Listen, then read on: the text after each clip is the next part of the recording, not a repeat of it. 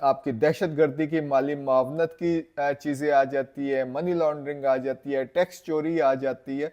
सो ये different sectors के अंदर उन्होंने कुछ आइडेंटिफाई किया, 60% ने कुछ ने किया, कुछ 70% इन हेड के अंदर किया, लेकिन सबसे जो ज़्यादा किया गया वो साइबर सिक्योरिटी के लिए किया गया। और उन्होंने कहा कि इसकी मेन वजह ये है कि बैंकों की इन्वेस्टमेंट कुछ कम है, सो अब वो जो नई इन्वेस्टमेंट होगी वो डाटा मैनेजमेंट की तरफ होगी, इनोवेटिव टेक्नोलॉजी वगैरह की तरफ लाया जाएगा। सो ये तमाम चीज़ें जो हैं यहाँ पे अब जो है बैंकों को ज़्यादा से ज़्यादा इन्वेस्ट करना चाहिए।